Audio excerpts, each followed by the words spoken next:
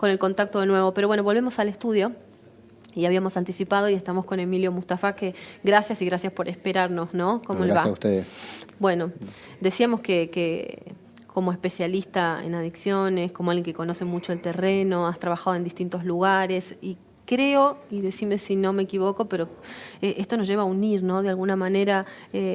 Sí, estos hechos horrorosos que te movilizan tanto, creo que también reflejan y humanizan los fríos números cuando se habla de la vulnerabilidad, cuando se habla, porque estamos pensando que la niñez vulnerable, en vulnerabilidad, no solamente los niños, sino los jóvenes en el contexto social.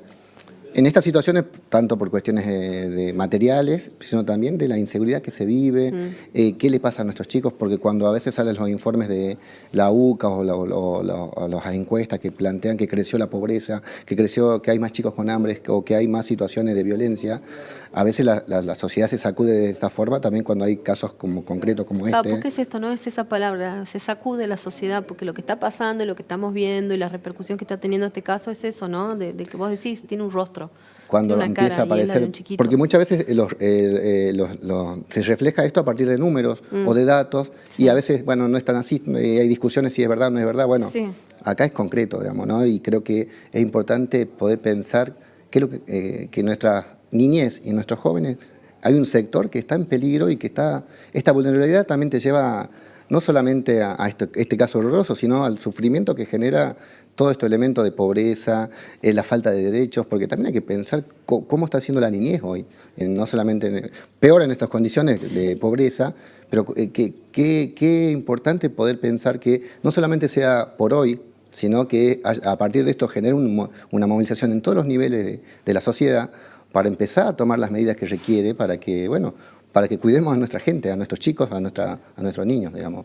Entonces, no deja de movilizarte, porque la verdad que es un caso horroroso, digamos, ¿no? Pero cuando vos pensás lo complejo que se vive y lo que están sufriendo los niños, o lo que están sufriendo la juventud también, te lleva a poder pensar que esta desigualdad social mata. Claro. Y vos hablabas de la vulnerabilidad y por lo general cuando se dan estos contextos, el avance del narcomenudeo es más fácil, ¿no? En estas situaciones así. Sí, nosotros más de una vez habíamos contado acá que nosotros atendemos chicos que consumen a los 10 y 11 años. Pero por ahí cuando lo contás suena como sensacionalista a veces, pero es concreto. Es decir, acá tenemos niños que están consumiendo, acá en Tucumán se afianzó, de mi punto de vista, el narcomenudeo, que es un proceso que lleva años, no es que de acá a 2 años.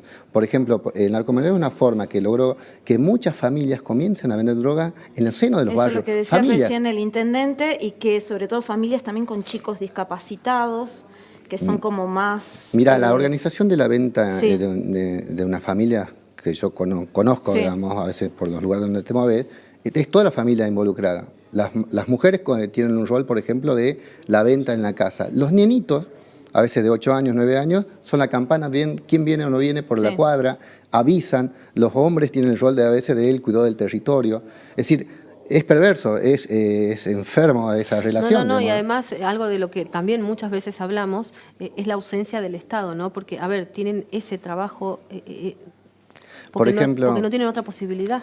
Por ejemplo, yo ayer veía el dato de cuando secuestraron 132 dosis en una escuela que llevó esta 32, chica. 132 decía la información. 32 tengo entendido. Ah, pero 32. Bueno, cada dosis sí. cuesta 300 pesos si multiplica. Una persona que cobra un plan social, por ejemplo en Argentina trabaja, gana 6.000 pesos. Con 32 dosis a 300 pesos, que lo vende muchas veces en 2, 3 días, eso genera esta cuestión de ir legitimando esta ausencia del trabajo, diciendo, bueno, si no tengo trabajo tengo que buscar. Esta cultura de la sobrevivencia genera el caldo para que esta forma, que es promovida de los que manejan el mercado grande de la droga, porque cuando mayor narcomenudeo es más difícil de encontrar al que la distribuye en grande. Exacto. Entonces, porque ¿quién son los que van preso en general? Son las mismas familias pobres. Es por eso que Villa Urquiza está lleno más que nada de gente de los barrios pobres, porque nunca se toca al distribuidor grande del circuito, porque está el narcomenudeo y está lo macro también, que da vida al narcomenudeo. ¿Conocés esta zona de este barrio o los alrededores? Conozco la estadística, pero no conozco a nivel... Claro, la problemática del lugar. Conozco el barrio, Sí. conozco la zona, conozco las problemáticas, porque también, bueno, uno Tucumán es muy chico y se mueve Sí, en toda esta sí, situación, sí. pero este fenómeno creció en todos lados, Claro. lamentablemente. Un fenómeno social y es un síntoma de... es un emergente que se expresa, bueno, acá se expresa con este asesinato atroz, es un síntoma que se expresa que en la escuela se vendan drogas, es un síntoma que se expresó hasta no hace mucho, se hablaba del chico que murió acá en la 25 de mayo, un joven, la violencia Sí. en la escuela. Bueno, hay que ver qué está subyaciendo en este último tiempo en la estructura tucumana, que está generando que cada vez se vaya degradando la vida social, la salud, situaciones de violencia y casos cada vez más horrorosos, porque esto está emergiendo. Y la sensación de que vamos por detrás, ¿no? Exactamente. Del avance del narcomenudeo, de todo lo que va pasando, siempre es como que... sí, tenés que... no te puedes anticipar. Esa sensación de que, que nunca estás, que no podés estar haciendo lo que tenés que hacer, sino que ya tenés que recomponer lo que ya está dañado. Entonces, todo el tiempo una sensación de incertidumbre, una sensación que te genera hasta temor, ¿no? Te desestructura mucho. ¿Qué te genera vos como especialista y que tenés el contacto con los estudiantes leer, por ejemplo, hoy en la Gaceta, uno de nuestros colegas contaba que los mismos estudiantes confesaron a la directora que consumen, ¿no? En este mismo establecimiento, en la escuela en Perón? Confesión, ¿no? Y decir, bueno... Para mí creo que lo que es importante es que esto se haya visibilizado, sí, y que se empiece a plantear el problema. Porque si vos lo planteas el problema, me parece saludable que se pueda hablar y que se pueda decir, mira, estoy consumiendo. Sí, porque eso va a permitir también operar. Porque también hay mucha tendencia que son temas a veces que da mucho miedo hablar, por los niveles a veces institucionales, porque ¿qué es la imagen que tiene hoy uno en una escuela? Que es un lugar donde se trabajan los valores. Bueno, casi sagrado, digamos. Exactamente, pero ¿qué pasa? Que la escuela no es una isla vacía, no es una isla al margen de la sociedad. La escuela es una caja de resonancia con lo que está pasando en la estructura social. Entonces, la escuela como institución, obviamente que se va a ver afectada, droga, porque es lo que está pasando en el resto de la sociedad. Por ejemplo, es muy positivo que se empiece a hablar y hay que perder el miedo a no hablar, porque muchas veces genera mucho movimiento, temores, y hay que decir que muchos docentes están desinstrumentalizados, porque miren, la generación de niños y adolescentes que están transitando hoy en este momento histórico es una generación que vive cotidianamente el tema de la droga. Yo, cuando tenía esa edad, o ustedes cuando tenían esa edad, era común ver que en cada esquina de cada barrio se esté consumiendo pasta base de cocaína o a cada hecho o evento social y cultural que hay en Tucumán, tanto de ir a la Plaza Independencia, ir a la Plaza Urquiza, ir a la cancha, se consuma todo tipo de sustancias, marihuana, pastillas, cocaína, porque un dato que es objetivo también de la realidad, que cuando se habla de que creció el consumo, se refleja así en todos los ámbitos. Y creo que se pueda plantear, no de una mirada no hay que criminalizar a los jóvenes. Tenemos que ver cuáles son las problemáticas que están sufriendo para poder apoyarlo, acompañarlo, para poder generar las mejores condiciones que ellos necesitan para tener un futuro. Porque hay muchos chicos, que nosotros sí trabajamos en zonas que son más vulnerables, que a mí me movilizó mucho un chico que me dijo, lo peor que me pasó es haber nacido.